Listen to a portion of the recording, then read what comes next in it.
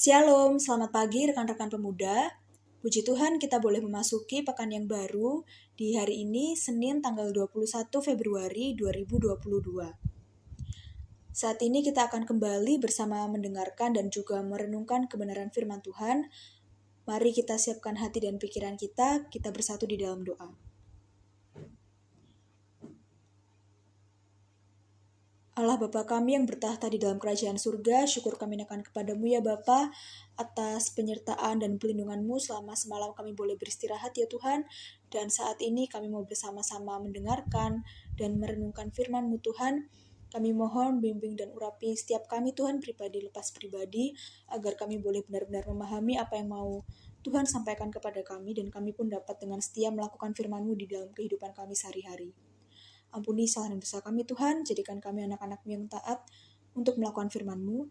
Di dalam nama Tuhan Yesus kami sudah berdoa dan mengucap syukur. Amin. Ya rekan-rekan pemuda, bacaan kita pada hari ini terambil dari kitab Yosua pasal 3 ayat 1 sampai 8. Yosua pasal 3 ayat 1 sampai 8 yang menyatakan, menyeberangi sungai Yordan. Yosua bangun pagi-pagi, lalu ia dan semua orang Israel berangkat dari Sitim, dan sampailah mereka ke sungai Yordan. Maka bermalamlah mereka di sana sebelum menyeberang. Setelah lewat 3 hari, para pengatur pasukan menjalani seluruh perkemahan, dan memberi perintah kepada bangsa itu, katanya, segera sesudah kamu melihat tabut perjanjian Tuhan Allahmu, yang diangkat para imam, yang memang suku Lewi, maka kamu harus juga berangkat dari tempatmu dan mengikutinya. Hanya antara kamu dan tabut itu harus ada jarak kira-kira 2000 hasta panjangnya. Janganlah mendekatinya. Maksudnya supaya kamu mengetahui jalan yang harus kamu tempuh, sebab jalan itu belum pernah kamu lalui dahulu. Berkatalah Yosua kepada bangsa itu, kuduskanlah dirimu, sebab besok Tuhan akan melakukan perbuatan yang ajaib di antara kamu. Dan kepada para imam itu, Yosua berkata demikian. Angkatlah tabut perjanjian dan menyeberanglah di depan bangsa itu. Maka mereka mengangkat tabut perjanjian dan berjalan di depan bangsa itu. Dan Tuhan berfirman kepada Yosua, pada hari inilah aku mulai membesarkan namamu di mata seluruh orang Israel, supaya mereka tahu bahwa seperti dahulu aku menyertai Musa, demikianlah aku akan menyertai engkau. Maka kau perintahkanlah kepada para imam pengangkat tabut perjanjian itu demikian. Setelah kamu sampai ke tepi air sungai Yordan, haruslah kamu tetap berdiri di sungai Yordan itu. Demikian pembacaan Alkitab. Renungan pada hari ini diberi judul Otoritas Tuhan atas kita. Sobat muda, umat Israel mendapat misi menyeberangi sungai Yordan yang airnya sedang meluap. Lalu, apa hubungannya misi tersebut dengan gereja dan ekonomi baru?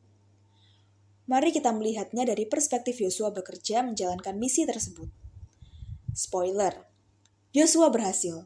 Kisah selesai. Eits, tunggu dulu. Apa benar Yosua yang bekerja? Apa benar umat Israel yang berhasil? Mari simak lebih dalam lagi. Ayat 1-8 merupakan bagian dari pasal 3 ayat 1-17. Dari rangkaian cerita di dalamnya, penting sekali melihat ayat 7 sebagai yang fundamental dari kisah ini. Tanpa ayat 7 ini, mungkin Yosua tidak akan menjadi tokoh besar. Selanjutnya, ayat 9 dan 10 merupakan respons dan upaya tindak lanjut Yosua atas firman Tuhan. Dalam ayat 7, 9, dan 10, nampak hubungan komunikasi yang sinergis antara Tuhan dengan Yosua. Kemudian, umat Israel tunduk dan mengikuti firman Tuhan. Kembali pada pertanyaan di atas, maka dapat dijawab bahwa ini sepenuhnya bukan pekerjaan Yosua maupun keberhasilan umat Israel. Ini sepenuhnya otoritas Tuhan. Bacalah sekali lagi ayat 7 dan renungkanlah. Pahami bahwa sepenuhnya ini adalah otoritas Tuhan atas umat Israel melalui Yosua. Konsepsi ekonomi baru identik dengan ekonomi kreatif. Misalnya mencipta, mengubah ancaman menjadi peluang, kelemahan menjadi kekuatan, penemuan-penemuan baru, dan lain sebagainya. Semua kurang lebih prinsipnya sama dengan konsep think out of the box. Ini dapat menimbulkan atau menambahkan nilai ekonomi bahkan cukup tinggi. Kita dapat terus-menerus berkreasi hingga think out of the box, bahkan sudah dengan sangat terbuka melalui sosial media. Menurut Sobat Muda, apakah otoritas Tuhan masih ada secara sepenuhnya? Jawaban tidak perlu dikirim ke tim redaksi, cukup dalam hati. Demikian rekan-rekan renungan kita pada pagi hari ini. Mari kita bersatu di dalam doa. Tuhan Allah Bapa kami yang bertahta di dalam kerajaan surga, syukur kami naikkan kepadamu ya Allah Bapa bahwa kami sudah boleh bersama-sama mendengarkan dan merenungkan kebenaran firman-Mu pada pagi hari ini. Kami mohon Tuhan, agar firman-Mu ini tidak hanya lewat begitu saja, namun kami anak-anak-Mu dapat benar-benar memahaminya, serta setia melakukannya dalam kehidupan kami sehari-hari, dan senantiasa merenungkannya siang dan malam. Ampuni Tuhan kesalahan dan dosa kami. Bila sebentar kami mau melanjutkan dan memulai aktivitas kami pada hari ini, kami mohon Tuhan kiranya Engkau membimbing dan memimpin jalan hidup kami, biarlah apapun yang kami lakukan, boleh selalu dalam perlindungan dan penyertaan-Mu, dan itu semua untuk kemuliaan Nama-Mu saja ya Tuhan. Ampuni kesalahan dan dosa kami ya Tuhan. Di dalam nama Tuhan Yesus kami sudah berdoa dan mengucap syukur. Amin.